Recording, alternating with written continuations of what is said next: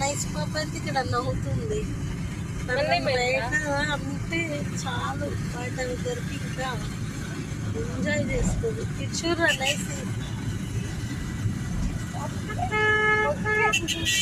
బయటకి తీసుకెళ్తున్నాం ఒకసారి అట్లా బయట కావాలి. ఇంకా తన ఫేస్ లో ఇంత స్మైలింగ్.